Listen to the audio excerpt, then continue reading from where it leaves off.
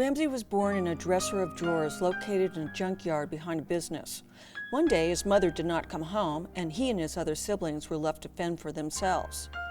The nice young lady who worked at the business noticed the kittens and was able to catch each one and find them a home.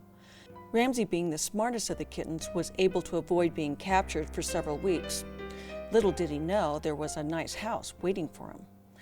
Finally, he was quite hungry and was lured by a plate of tuna, thus ending his life in the dresser of drawers. He came to our home, where he soon met his new brother Fenimore and his sister Little Miss. He instantly liked his new brother and wanted to be just like him. He wanted to grow up and be big like his brother. He soon donned a collar and had no problem wearing it because his brother had a collar. He didn't want to eat kitten food. He wanted what his big brother was eating. Ramsey wanted to be just like his big brother.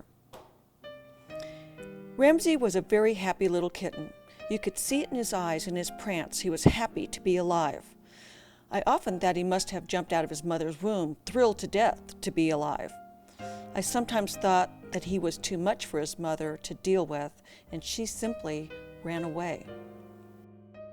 Ramsey had a lot of energy and was very rambunctious, thus his name, Ramsey.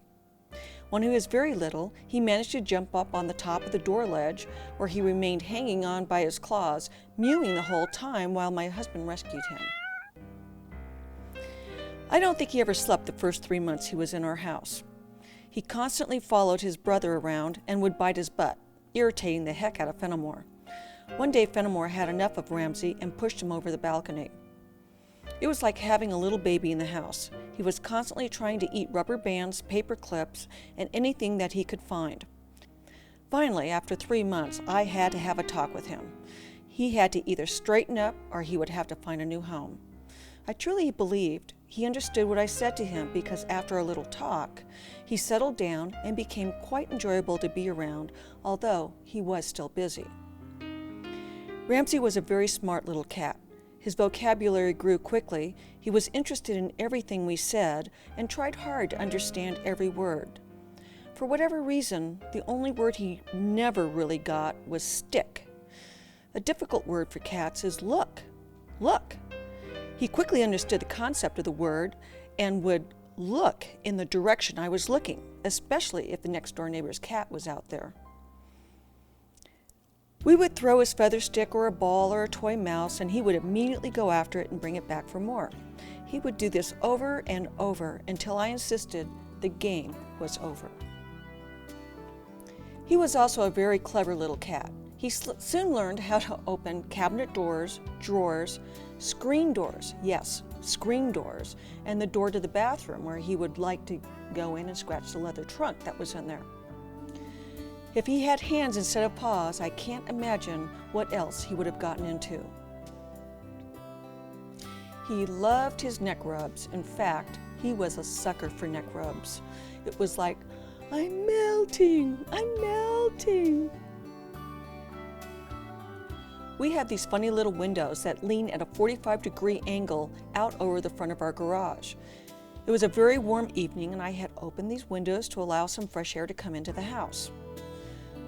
Waking the next morning, I noticed the screen on the window had popped out and was in the driveway below, along with Ramsey. He was unhurt and a little scared.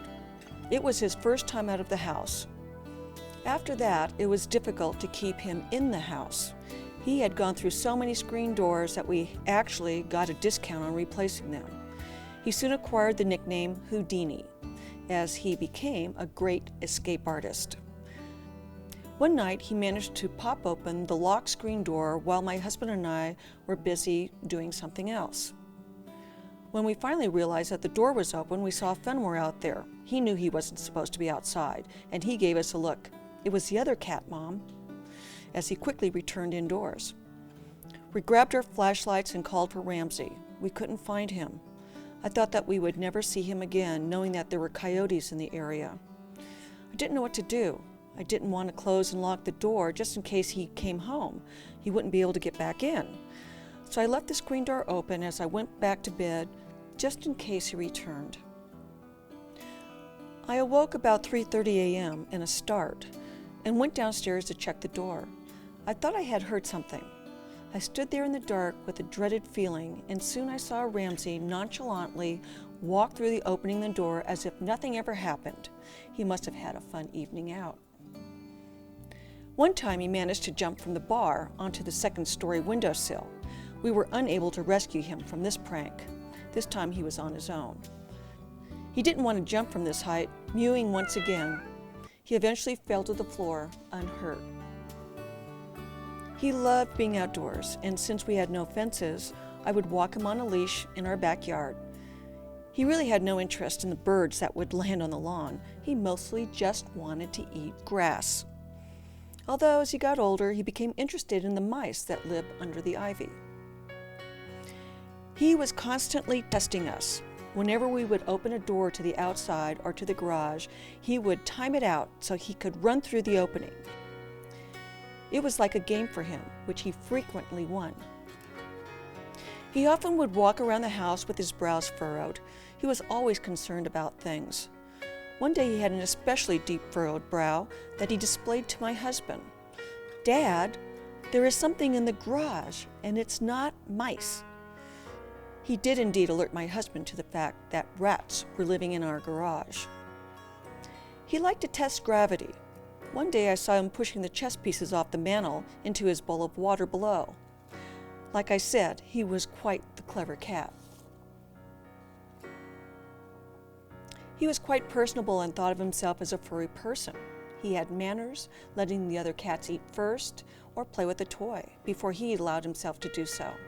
He really wasn't a people food cat, but occasionally and politely would beg at the dinner table for a small morsel. This was more of a, "Yes, we know you're there" offering, rather than "I want your food." If he knew that his name was on a red sports car, he would have insisted on driving it. He liked to roll over onto his back, tilting back his head, looking at the world upside down. Sometimes I wonder if the world would look better upside down. His brother Fenimore lived to be 21 years old. His long life was attributed to the fact that he didn't allow anything to stress him out. We often said that Ramsey would not live to match his brother's age, due to the fact that he was easily stressed and allowed it to get to him. Perhaps this should be a lesson to all of us.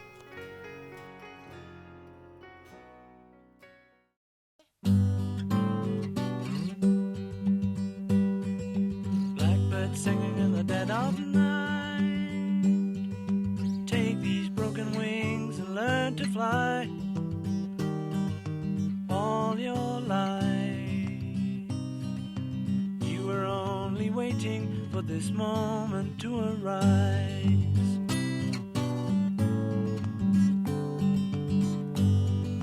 Blackbird fly, blackbird fly, into the light of a dark black night.